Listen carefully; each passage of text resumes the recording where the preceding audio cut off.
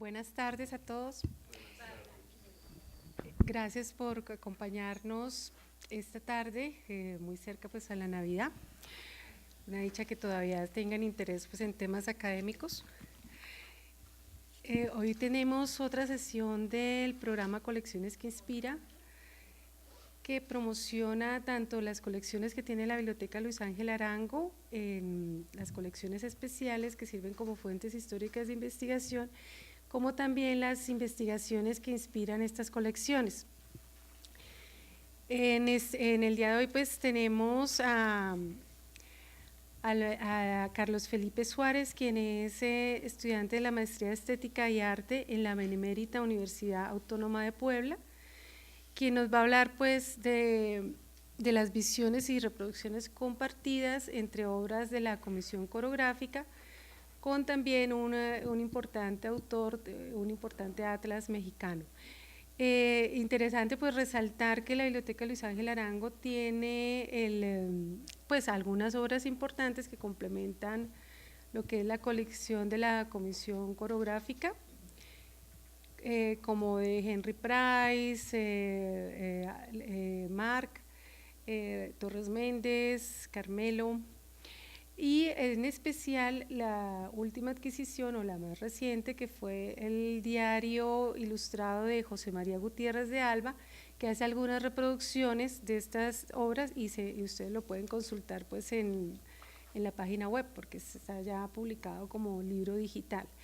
Pues Carlos Felipe nos ampliará este tema, que es el experto, y los dejo pues con él. Agradecemos a Carlos Felipe su deseo de compartir con nosotros la investigación que está realizando sobre ese tema como parte de su trabajo de maestría, y pues una vez él termine su exposición estaremos muy contentos de que ustedes compartan sus ideas o hagan alguna pregunta. Muchas gracias, los dejo con Carlos Felipe. Buenas tardes, quiero primero agradecerles a todos que estén aquí. Sé que por estas fechas ya el espíritu navideño y festivo ya se apodera de nosotros y queremos estar con nuestras familias antes que estar pendientes de eventos académicos. Antes que nada quiero aclarar que no estoy, bueno, mi intención no es dar una conferencia magistral ni mucho menos. Quienes han decidido venir, creo que voy a apelar a que les interesa el tema para que por favor también realicen crítica al respecto del planteamiento del proyecto que estoy realizando y la investigación que estoy haciendo, y creo que eso es lo importante, que nos alimentemos. Es un principio popperiano de la ciencia. Todo lo que yo diga aquí es válido hasta que alguno de ustedes demuestre lo contrario. Bueno, yo en realidad lo que estoy haciendo es un análisis comparativo entre dos empresas geográficas sumamente importantes del siglo XIX. La primera es la Comisión Coreográfica, que bien conocen, desarrollada entre 1849, o iniciada en 1849 y terminada en 1859, iniciada durante el gobierno de Tomás Cipriano de Mosquera y, digamos, ejecutado entre el gobierno de José Hilario López, situación que incluso va a repercutir en contra del mismo proceso, porque los cambios de gobiernos traen cambios en las prioridades de inversión. Por el otro lado está el Atlas Pintoresco Histórico de los Estados Unidos Mexicanos, que fue publicado en 1885 y es trabajo, digamos, podríamos decirlo, iniciativa privada de Antonio García Cubas, que vendría siendo, si pudiéramos hacer un paralelo, como nuestro Agustín Codazzi en el caso mexicano, aunque había muchos otros geógrafos que también importaban, como Francisco de Covarrubias, y otra de los personajes que estuvo a cargo de la Comisión Geográfico Exploradora, cuyo nombre es Francisco Riva Palacio. Lo que voy a saltarme un poco de estos aspectos del planteamiento del proyecto, porque se los voy a resumir. Lo que yo estoy realizando o estoy intentando hacer es encontrar ciertos patrones de estilo y composición en las imágenes que se encuentran en cada uno de los álbumes, porque la hipótesis central es que, partiendo de los conceptos de imaginario de nación, de cultura visual y las tres dimensiones de las imágenes históricas, que son producción, consumo y producción, circulación y consumo, a través de ellas se edificaron los imaginarios de nación tanto de México como de Colombia. Sin embargo, hay ciertas cosas que me gustaría discutir con ustedes al respecto, que más adelante voy a plantearlo, y tiene que ver con esta línea de tiempo. Aquí lo que he puesto o he dispuesto es algunos de los, digamos, acontecimientos más importantes que pudieron haber rodeado la consecución, primero del álbum de la Comisión Coreográfica y segundo del Atlas Pintoresco Histórico de los Estados Unidos Mexicanos. En la parte con violeta se pueden observar los eventos de la Comisión Coreográfica y con naranja el del Atlas Pintoresco, y podemos empezar mencionando en el caso de la Comisión Coreográfica que efectivamente en 1850 da inicio la primera exploración. Quienes estaban a cargo como dibujante era Carmelo Fernández, como escribano era Manuel Ancísar, de cual en 1853 se publica Peregrinación de Alfa, tomos 1 y 2, que vendrían siendo casi los guiones de lo que Carmelo Fernández debió haber pintado. Estaba evidentemente Agustín Codazzi a la cabeza y José Jerónimo Triana era el botánico. Curioso que en esa expedición se encuentra la Cattleya trianae, que es la flor nacional, la orquídea. En 1853 se publica Peregrinación de Alfa 1 y 2 por Manuel Ancísar, que es un referente importante porque es de lo poco que va a circular de la Comisión Coreográfica en los diarios, lo que era papel periódico ilustrado de Santa Fe de Bogotá. Se publicaban como fascículos los avatares de la comisión, y de hecho ahí también se hicieron los anuncios. Después de que Carmelo Fernández en 1852 decide dejar la comisión, ahí se publican los anuncios, y quien termina reemplazándolo es Henry Price. Bueno, eso ya está bien sabido. En 1859 se da la fin de labores de la Comisión Coreográfica con la muerte de Agustín Codazzi. Entre 1880 y 1885 se da la primera catalogación por parte de la Biblioteca Nacional, por parte de Antonio José Caro. En 1883 es la publicación de la Geografía Física y Política de los Estados Unidos de Colombia de Felipe Pérez, que también fue escribano de la comisión, entró a reemplazar a Manuel Ancísar. En 1892 se publica la reseña de Lázaro María Girón, y esto es sumamente importante porque es probablemente la primera reseña que existe de la Comisión Coreográfica, o el primer intento de análisis de las imágenes que se presenta de la Comisión Coreográfica. En 1957 se publica el álbum de la Comisión Coreográfica, y entonces quiero que noten esto, que es sumamente importante: la distancia que existe entre la finalización del proyecto, que es en 1859, además por un accidente, y la fecha en la que se publica. Al respecto tengo una cita del doctor Efraín Sánchez Cabra, que es probablemente la persona que más ha trabajado en la Comisión Coreográfica, que dice: solo hasta 1957 de manera oficial el gobierno saca a la luz el álbum de la Comisión Coreográfica, el cual se publica completo en la edición de la revista Hojas de Cultura Popular Colombiana, preparada por José Luis Arango, antiguo director de la Selección de Cultura Popular del Ministerio de Educación Nacional. Esta información la pueden encontrar en Agustín Codazzi y la Comisión Coreográfica, Geografía y Política Nacional. Es un texto, la tesis doctoral del doctor Efraín Sánchez. Esto es importante porque el momento en que se produce es sumamente distante del momento en el que, por así decirlo, se consumen o circulan las imágenes de la Comisión Coreográfica. Por su parte, el Atlas Pintoresco tiene remarcado apenas 8 de los aspectos que considero más importantes, aunque hay muchos más. En 1849 se publica el álbum mexicano de Ignacio Cumplido. En 1855, entre 1855 y el 56 se publica el México y sus alrededores de Casimiro Castro. En el 57 el Geográfico y Estadístico e Histórico de la República Mexicana, del mismo Antonio García Cubas. En el 63 Carta General de México, que es una versión actualizada del texto de García Cubas. En el 76 La República de México en 1876, también de Antonio García Cubas. En el 77 inicio de las labores de la Comisión Geográfico Exploradora a cargo de Agustín Díaz, que se puede notar qué diferencia hay de 20 años aproximadamente, casi 30 años entre el inicio de la Comisión Coreográfica y el inicio de la Comisión Geográfico Exploradora en los Estados Unidos mexicanos. En el 77 la publicación del álbum del ferrocarril mexicano de Casimiro Castro. En el 85 la publicación del Atlas Pintoresco Histórico de los Estados Unidos Mexicanos, que es el álbum del cual me estoy refiriendo.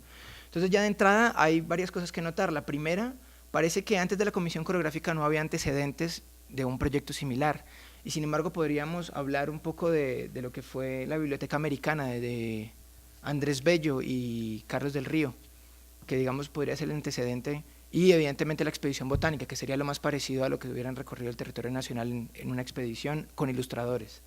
En el caso del Atlas Pintoresco Histórico de los Estados Unidos Mexicanos se nota que es como la recopilación de toda la vida de trabajo de Antonio García Cubas. Sin embargo, la hipótesis no se centra en si fueron los primeros o si no fueron los primeros, sino en qué tanto influyeron estas imágenes que van a ver a continuación en la construcción del imaginario nacional.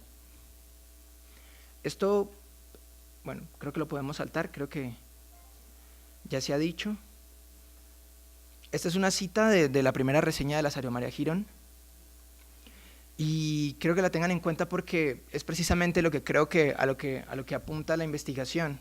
Considera que es obra inédita de valor inestimable que guarda entre sus hojas joyas que son preciosas para Colombia. El extranjero que quiera formarse una idea general sobre este pueblo puede registrar las páginas de aquel libro, seguro de encontrar en ellas como una cristalización del complicado conjunto de país, porque allí están retratados bellos fragmentos de nuestro suelo, en sus paisajes y su lujosa flora, la historia antigua de nuestros laboriosos aborígenes y además varias muestras de costumbre en diversas localidades. Aquí ya se insinúa algo que va a ser importante, que ¿para quién está hecho el álbum? ¿Para nacionales o para extranjeros? Porque ya dice que el extranjero que quiera formarse una idea general del país.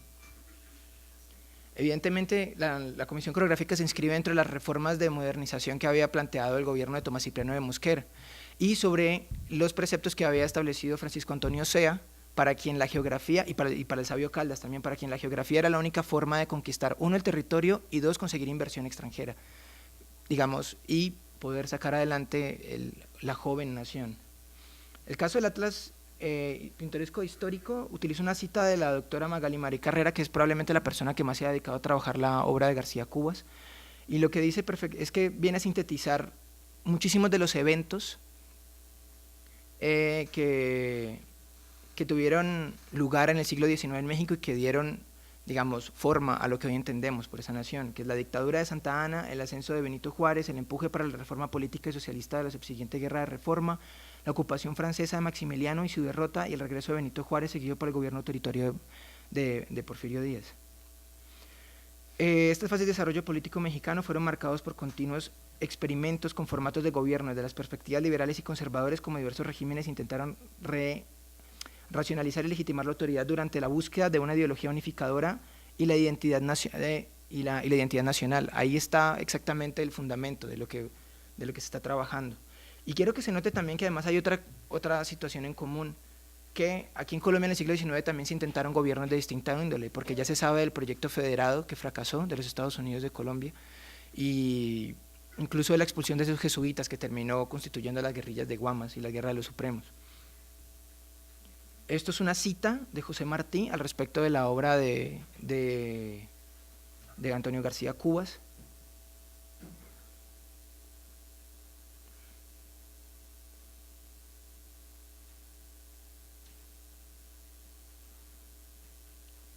Y bueno, pasando a las imágenes y lo que quiero estudiar en realidad, aquí hay una división que se ha utilizado, la división inmediata que ha utilizado, perdón por la redundancia, que usó Antonio García Cubas para dividir el Atlas pintoresco histórico, que son cartas. Evidentemente la Comisión Coreográfica, el elemento de la Comisión Coreográfica no está dividido de esta manera, y su clasificación todavía es un problema porque la Biblioteca Nacional, quien es propietaria de la colección mayoritaria, lo único que tiene es una historia clínica que podría ayudar a clasificarlas, y la clasificación que tiene por autores está en duda, porque se sabe de la participación de al menos, inicialmente eran 3, Henry Price, Carmelo Fernández y Manuel María Paz, y a través de los estudios de Efraín Sánchez, yo hice un trabajo, mi proyecto de licenciatura que también fue publicado, estribó sobre digamos, un análisis estilístico de las imágenes y demostró, en la medida de lo posible, que muchas de las imágenes que están mal clasificadas, porque además hay presencia de un autor alemán que se llama Albert Berg, a quien le compraron una imagen en Medellín, hay presencia de Ramón Torres Méndez y hay presencia de un francés que se llama León Gautier, quien ayudó a iluminar las imágenes de Manuel María Paz. En este caso, de todas maneras, sí es totalmente contrastante con lo que sucede con el Atlas Pintoresco Histórico de los Estados Unidos Mexicanos, porque todas las obras son atribuidas por el Museo Nacional y el curador Víctor Rodríguez Rangel a el mismo Antonio García Cubas, aunque la cromolitografía es, según él, de Miguel R. Hernández, que era, digamos, ayudante del taller de Debrey, que son los propietarios de la edición y los editores. En todo caso, aquí se ven las divisiones más importantes. La carta, el Atlas Pintoresco Histórico tiene 13 cartas en realidad, pero solamente 10 cartas han sido seleccionadas para analizarse, porque hay al menos 3 cartas que no tienen comparación con la Comisión Coreográfica, entonces sería imposible hacer una comparación entre ambas si no hay del otro lado con qué compararlo. Y esto se ha ceñido solamente a estas 10 cartas: carta política, etnográfica, eclesiástica, vías de comunicación, orografía, hidrografía, agrícola, minera e histórica. Y ahí ven las distribuciones de cuántas imágenes ocupan en cada una de los álbumes.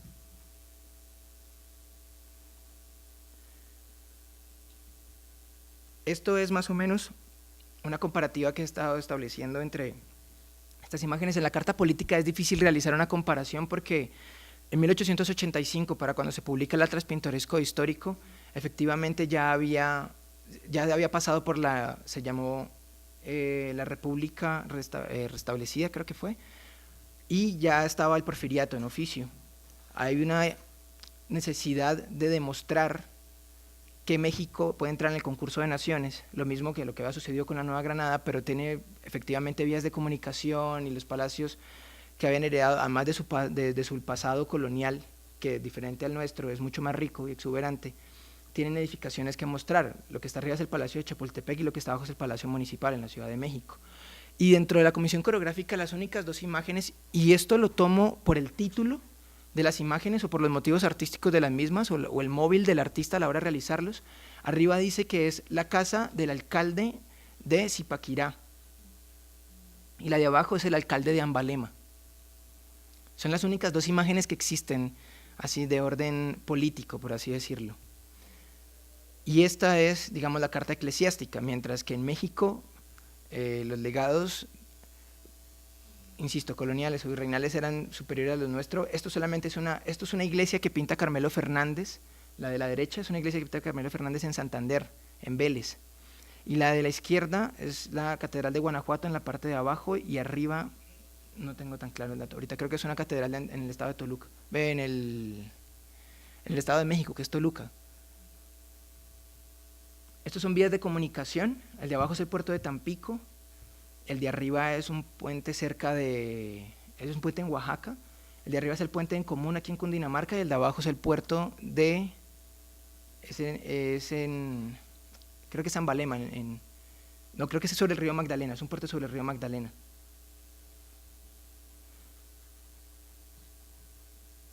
Bueno, el de abajo es el Ixtaccíhuatl, abajo a la izquierda, el de la derecha es el Nevado de Santa Isabel, y el de la superior derecha es la Piedra del Peñón, que hoy ahorita está en la represa de Guatapé.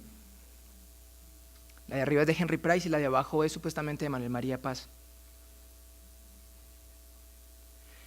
Bueno, yo lo que quiero que se note, digamos, sustancialmente es que las composiciones, la forma en la que se componen las imágenes, yo no me atrevería a hablar todavía del color porque creo que los medios de reproducción son sumamente diferentes y esto afectaría a cualquier tipo de comparación en estos términos, porque los de la derecha son cromolitografías y los de la izquierda son acuarelas. Aunque las acuarelas hayan sido hechas en principio para que después se pasaran a litografía, para ser litografiadas en Europa. Pero las composiciones son similares, las caídas de agua, los puentes, los ríos, los puertos. Esto es la carta agrícola, y creo que noten la parte de abajo porque es sumamente, creo que dice mucho el hecho de que las composiciones se parezcan tanto, que es lo que quieren notar, cómo marcan el ganado y las rancherías en la parte de arriba. Esto es la carta minera. Creo que las visiones son similares, o sea, ¿qué se va a hablar de la carta minera? Aunque hay algunas imágenes de la comisión coreográfica, y eso sí toca tenerlo en cuenta, que muestran el proceso de lavado del oro y el proceso de extracción de ciertos minerales, sobre todo en Antioquia y en el Chocó, cosa que no sucede en la carta minera del Atlas del Pintoresco Histórico de los Estados Unidos Mexicanos. Y esto es la carta histórica, en lo que sí hay que hacer énfasis también, porque a diferencia nuestro, digamos, el pasado ancestral o el pasado de los nativos que habitaron este territorio, que eran los chipches y que sirvieron de puente a los incas para comunicarse con los mexicas, era el de un pueblo comerciante, sumamente diferente al que había en la Nueva España, bueno, antes de la Nueva España, en territorio mexicano. Y sobre esto, sobre todo, basa Porfirio Díaz la idea de la nación restaurada, porque la mayoría de las excavaciones se llevan durante el porfiriato y se terminan a principios del siglo XX, y sobre eso, para el primer centenario se edifica la idea de nación mexicana, muchas de esas imágenes y muchas de las excavaciones después realizadas en maquetas fueron llevadas a la exposición de París en 1910. Sin embargo, en lo que en este punto me he centrado y creo que puede decirnos más es en las estampas etnográficas. ¿Por qué? Porque el álbum de la Comisión Coreográfica tiene 70, es la mayor clasificación dentro de su propio álbum, 17 atribuidas a Carmelo Fernández, 8 de Henry Price y 45 atribuidas a Manuel María Paz. A su vez, estas imágenes sirvieron de inspiración para la creación de muchas de las estampas que integran impresiones de un viaje en América de José María Gutiérrez de Alba, cuyo álbum está aquí en la Biblioteca Luis Ángel Arango y se ha digitalizado para poder consultarlo en línea. El Atlas Pintoresco Histórico de los Estados Unidos Mexicanos cuenta con una carta compuesta por 26 láminas, todas atribuidas a Antonio García Cubas y cromolitográficamente a Miguel Hernández. Sin embargo, las imágenes de Cubas están inspiradas en propias imágenes de Cubas que había reproducido en su libro México en 1876. Entonces lo que van a ver a continuación son estos paralelismos. Lo que está a la izquierda es la imagen de Manuel María Paz, que se llama Provincia del Chocó, y fue hecha según el itinerario de la Comisión Coreográfica entre 1853 y 1854. Lo que está a la derecha es imagen del diario ilustrado de José María Gutiérrez de Alba.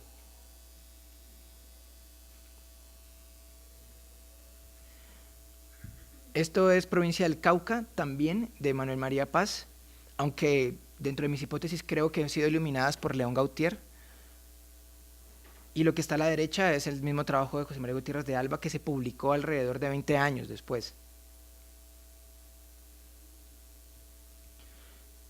Y estas guardan la misma distancia. Las de la izquierda eran los grabados que se hicieron con las placas que había producido Antonio García Cubas para México en 1876, y las de la derecha fueron las que se retocaron para el Atlas Pintoresco Histórico de los Estados Unidos Mexicanos.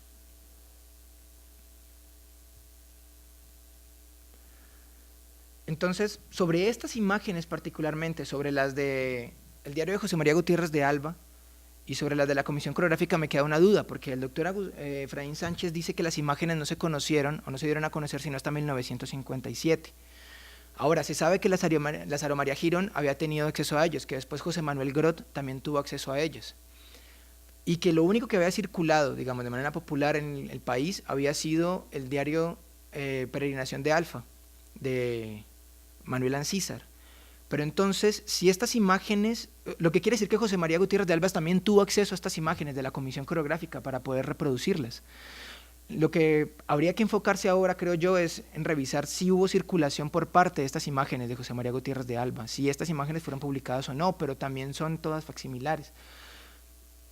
Y están aquí solamente en la colección de la Biblioteca Luis Ángel Arango.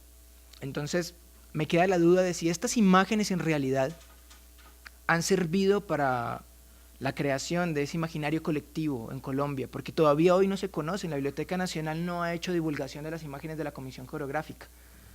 Y eso, aunque en ese sentido sí tengo que decirlo, creo que se ha inspirado en muchos otros relatos o imágenes que se produjeron sobre Colombia o la Nueva Granada en el siglo XIX. Entonces habría que preguntarse si el hecho de que no estén circulando exactamente de más imágenes, pero que inspiren otras colecciones, sí están haciendo la labor de inspirar ese imaginario colectivo. Esto es un término de Andreu García, que ha estudiado la construcción del imaginario cubano y él define el imaginario de esta manera. Quiero dejar claro que esto no es el único concepto que se tiene hasta el momento o que he consultado hasta el momento imaginario, y que es una categoría más bien líquida y no quiero tomarla como en un sentido estático. El imaginario es la manera en la que una sociedad ordena las representaciones que se da a sí misma, pero más que a sí misma también lo hemos notado hacia los demás. O sea, ¿para qué eran importantes los imaginarios de nación en el siglo XIX? Eran importantes para poder entrar en el concurso de naciones, porque ¿de qué les servía simplemente saber quiénes eran o para dónde iban si lo que querían era llamar o tener concurso en una especie como de estado de inversión económica extranjera, entrar en un estado mercantil? Era la razón más fuerte, sobre todo. De mismo modo, una forma de hacer el mundo algo ordenado e inteligible que encuentra su fundamento en una sucesión de imágenes mentales que tienen su representación, en algunos casos, en un discurso más o menos articulado. Un imaginario tiene una enorme eficacia, puesto que sirve para homogeneizar mensajes y normalizar valores sociales que, a partir de ese momento, aparecen como naturales y cotidianos. La articulación del discurso de un imaginario a través de las imágenes, quiero que noten particular atención en esto,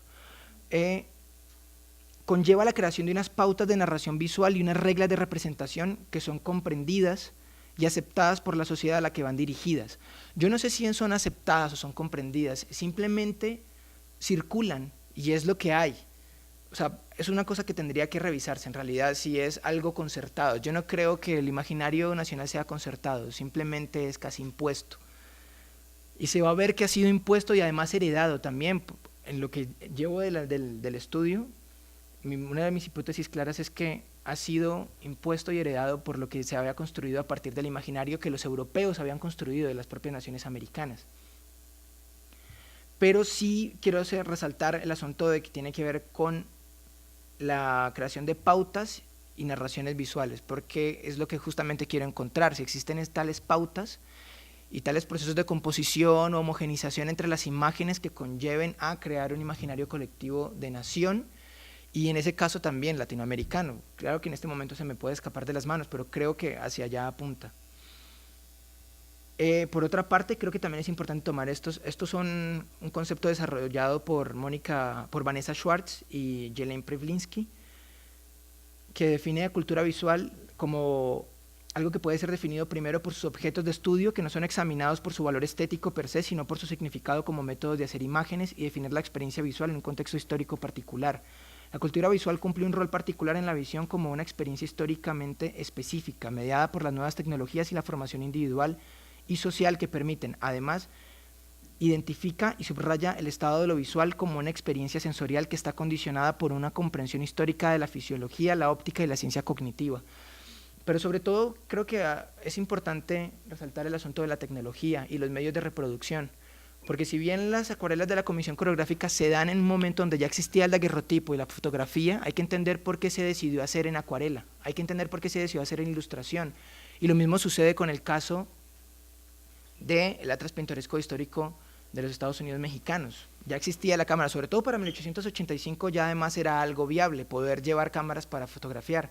Ya lo había hecho Desiré Charnay en México a principios del siglo XIX, en cuyas fotografías se basan muchísimas de las imágenes que se reprodujeron después en el álbum mexicano y en el álbum del México y sus alrededores.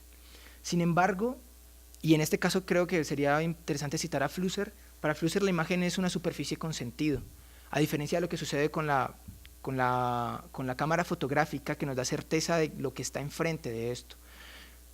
Hacer una fotografía nos habría dado certeza de que estaba enfrente del lente, pero hacer una reproducción permite idealizar el objeto que se está retratando. Y en ese sentido, creo que apela muchísimo a la visión de quienes hicieron las reproducciones de las imágenes. Y después hay otro aspecto que me parece que es importante notar, que es este choque entre extranjeros y locales, porque efectivamente el imaginario, ¿para quién se construye? Si para los locales o para los extranjeros. Y es importante notar esta nota que está en México en 1876, la traducción es propia, el texto está originalmente en inglés, y dice que este libro ha sido escrito con el propósito de eliminar las impresiones equivocadas que pudieran haber quedado en las mentes de los lectores de aquellas obras que, con mala intención o con el deseo de adquirir notoriedad como novelistas, han sido compuestas y publicadas por diferentes extranjeros con respecto a la nación mexicana. Y del mismo modo, Tornel, al respecto de otro pintor viajero en México en el siglo XIX, escribe: parece que el genio del mal es el que inspira a algunos viajeros de Europa y de los Estados Unidos a visitar nuestro país con una malevolencia y con una decisión por la caricatura y el sarcasmo que desmienten los estudios filosóficos a los que se suponen entregados. Ellos suponen que aquí no hay un rubro de ciencia, sino simplemente como de apelar a lo pintoresco que había definido la imagen de América, o a lo costumbrista también, simplemente para demostrar que América sigue siendo indómita, inexplorada, escasamente poblada y llena de una cantidad de nativos que no saben qué hacer con su propio territorio lleno de riquezas. Carolina Castillo escribe al respecto de las imágenes que circulaban de Colombia antes de que fuera Nueva Granada, de Colombia en 1827, que durante el siglo XIX la apariencia del contenido de las imágenes que se produjeron para justificar la existencia de las repúblicas independientes estuvieron notablemente marcadas por los lugares donde se imprimieron. Es decir, los criollos expatriados y sus aliados en el extranjero fueron los más interesados en producir imágenes de la república, pero estos dependían de las impresoras extranjeras para llevarlas a cabo. Esto demuestra cómo durante esta época las tradiciones cartográficas y los intereses diplomáticos del lugar de impresión jugaron un papel importante en el mensaje que se transmitiría a través de estas primeras imágenes nacionales. Como ha señalado Mauricio Tenorio, la producción de imágenes nacionales es el producto de negociaciones entre muchos actores locales e internacionales. Y eso es sumamente importante porque de esto dependía también cuál era la imagen que se hacían, por ejemplo, en Europa. Sobre todo donde se quería entrar en el concurso de naciones era con Europa, no creo que con Asia ni con Oceanía, apenas incipiente y naciente, o con lo que pudiera suceder, bueno, con Estados Unidos también era importante, pero por eso se publicaban estos libros en francés, en inglés y en alemán en algunos casos, pero sobre todo en inglés y en francés, sobre todo porque en Francia estaban las imprentas y también en Inglaterra. Y lo que quiero demostrar aquí brevemente es muchas de las imágenes que he tomado en cuenta para este análisis preliminar, que es el de las estampas etnográficas, y quiero que noten que lo que se ha dicho hasta el momento tiene resonancia en las imágenes, que son las imágenes las que tienen que demostrar esto en realidad.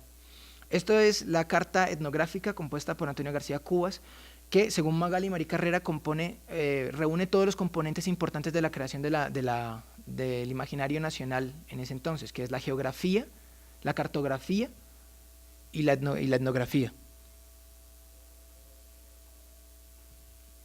Estas son algunas de las imágenes que se ha considerado como estampas etnográficas dentro de la comisión coreográfica. No están clasificadas por nadie de esta manera, es una clasificación que he realizado yo para poder hacer el análisis. Y aquí hay algunas comparaciones preliminares al respecto de lo que considero que son similitudes en composición y en la idea de lo que nos quieren transmitir.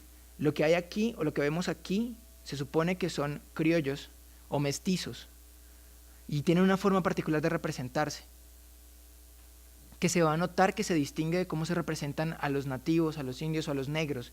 Y en el caso de México, que digamos no hay representación de negros en el Atlas Pintoresco Histórico de los Estados Unidos mexicanos, mientras que en el caso colombiano es difícil que no existiera tal cosa.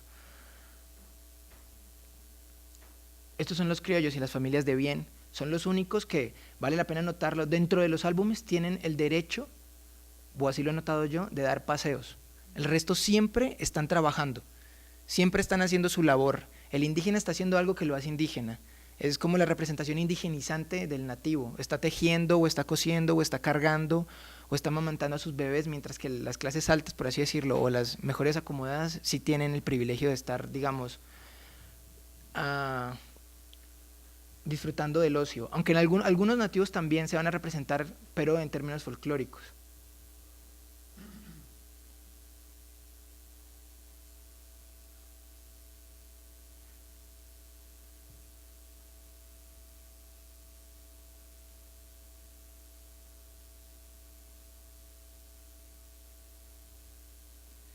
Aquí de nuevo vuelven otra vez las mujeres blancas o la gente que tiene criados, además, o sea, cierta clase social que puede disponer de ello.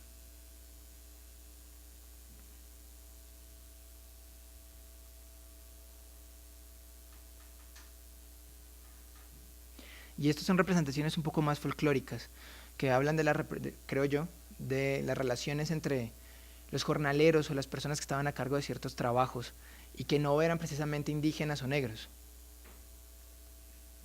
al igual que acá.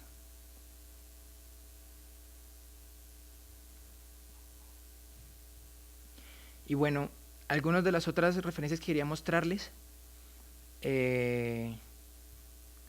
son estas, el álbum mexicano, que creo que ha inspirado puntualmente también el trabajo del Atlas Pintoresco Histórico de los Estados Unidos Mexicanos y que es anterior. Yo lo había referenciado en la línea de tiempo que se mostró al principio, pero quiero que se note que hay una intención completamente diferente. Esto sí se aplica más a lo que se ha definido históricamente como costumbrismo hispanoamericano o costumbrismo pictórico, que es la representación de ciertas costumbres, vestuarios y demás en ciertos contextos específicos.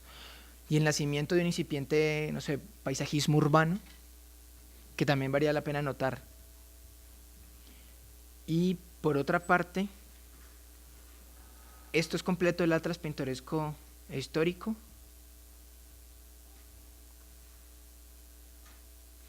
Esta es la carta política, la carta etnográfica, la carta eclesiástica, las vías de comunicación, la instrucción pública, que no tiene un similar en el caso de la comisión coreográfica y por eso se ha descartado, la carta orográfica, la carta hidrográfica,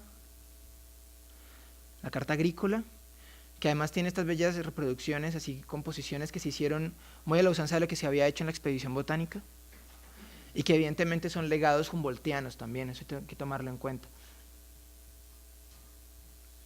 La carta minera, la carta histórica, que puede tener su mayor símil en Maravillas de Colombia, que ilustró Manuel María Paz y cuya colección también está aquí en la Biblioteca Luis Ángel Arango, porque en Maravillas de Colombia está completa la reproducción de lo que había producido Manuel María Paz para la comisión coreográfica, pero terminó usándose allí, que es San Agustín. Cuando se encuentran en San Agustín, que es lo más parecido, digamos, en ese legado histórico rico, ancestral, que se haya publicado aquí en el caso de la Nueva Granada.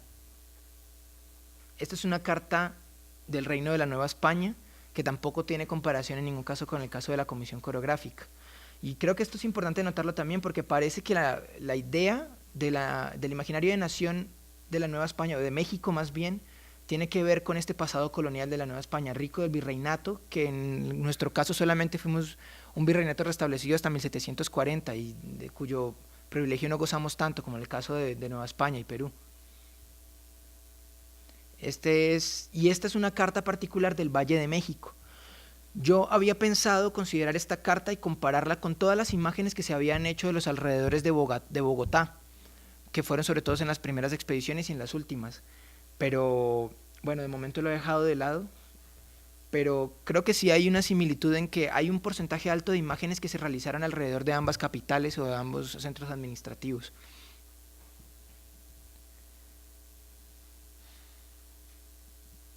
Esto es de Nuevo México y sus cercanías, y esto ya son las notas generales del álbum. Y lo que voy a hacer aquí es poner a circular un poco estas imágenes mientras, si quieres, procedemos a las preguntas. No sé qué comentarios quieren hacer. Lo que se ha dicho usualmente es que Agustín Codazzi no estaba seguro de lo que había realizado.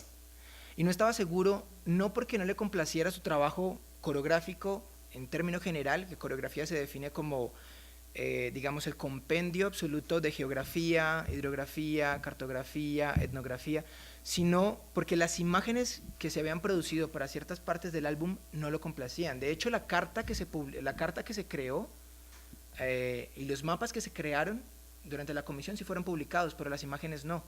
Agustín Codazzi consideraba que las imágenes de Manuel María Paz y las de Henry Price no pasaban el filtro para ser publicadas como si eran las de Carmelo Fernández. Ahora, y hay una distancia notoria entre las imágenes de unos y otros, y eso se puede notar en el álbum. Las de Carmelo Fernández son las mejor ejecutadas por lejos, mientras que Manuel María Paz tiene al menos 3 manos que intervinieron en las obras que se le atribuyen. León Gautier, que fue un francés que recorrió el territorio nacional y que contrataron para terminar de unas imágenes que no se habían podido terminar antes, porque tenían que dar el encargo, por decirlo, en 2 meses y todavía le faltaban muchísimas para terminarlas. Eso fue en el año 1854. Y las otras, una de Albert Berg y otra de Ramón Torres Méndez.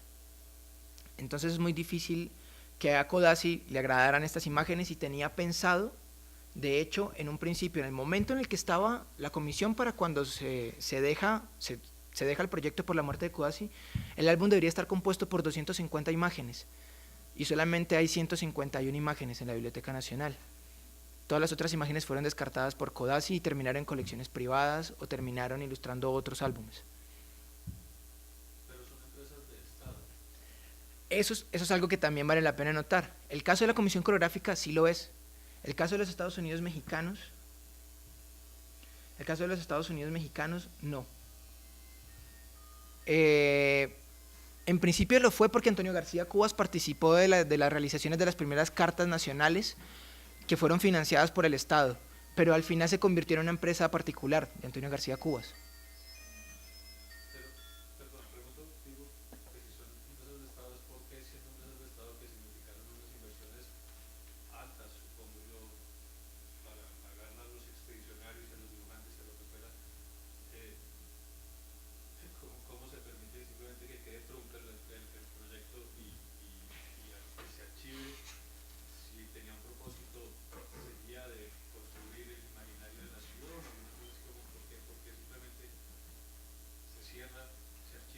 El caso de la comisión coreográfica es porque había un gobierno liberal, reformista, que era el de Tomás Cipriano de Mosquera, que es el que inicia el proceso en 1849 y hace el contrato. Los contratos están todos originales ahí en la Biblioteca Nacional, se pueden consultar. Ahí está el contrato de los escribanos, el contrato de Manuel Ancísar, e incluso el de Manuel María Paz, que es el que nos dice qué era lo que tenían que retratar los expedicionarios. Lo que sucede es que hubo una cantidad de errores dentro del proceso de contratación, porque Agustín Cudasi ni siquiera pudo entrar como jefe expedicionario, sino como militar. Eso ya troncaba también cierto proceso. Al final Agustín Cudasi termina financiando él mismo el proyecto de la comisión coreográfica, porque el gobierno de José Hilario López, que era conservador y que vino a reemplazar a Tomás Cipriano de Mosquera, corta el presupuesto para la comisión coreográfica. Entonces pasó de ser una empresa de Estado a ser una empresa nacional, y creo que en ambos casos, de una empresa de Estado a ser una empresa propia, privada, de iniciativa personal. Por eso cuando Agustín Codazzi muere, con él muere la comisión coreográfica, no habría quien seguía ese legado, y el único que podía hacerlo era Andrés Felipe Pérez, que fue presidente de la Nación y que publicó el Atlas Físico y Geográfico de los Estados Unidos de Colombia. ¿Y en México sí fue usado como un vehículo de propaganda, digamos, a pesar de ser una empresa privada? ¿El Estado sí lo usó para hacer promoción? El doctor Arturo Aguilar, que es uno de mis asesores y que es una de las personas que más saben sobre cromolitografía y litografía en México, dice que para el año en el que se publica, ya existían los títulos, ya se podían dar los derechos sobre las ediciones, y Debré y sucesores, que aunque eran extranjeros, habían hecho su taller en México, tenían muchísima difusión. Entonces ya circulaban, la circulación de las imágenes se producía de una manera diferente. Y efectivamente el texto fue hecho, los textos del Atlas Pintoresco fueron hechos en inglés y en español antes que en mexicano. Lo que quiere decir que circularon primero en Francia y en Inglaterra y quizá en Estados Unidos, porque de hecho las imágenes que se encuentran del Atlas Pintoresco Histórico de los Estados Unidos mexicanos están en la Biblioteca del Congreso de los Estados Unidos. Eso habla un poco de cuáles eran las intenciones. Desde luego, a pesar de que fuera una iniciativa privada, en ese momento el renombre que tenía Antonio García Cubas le valió para que las imágenes fueran consumidas en cierto sentido, fueran apropiadas. Bueno, es una de las hipótesis que he estado estableciendo.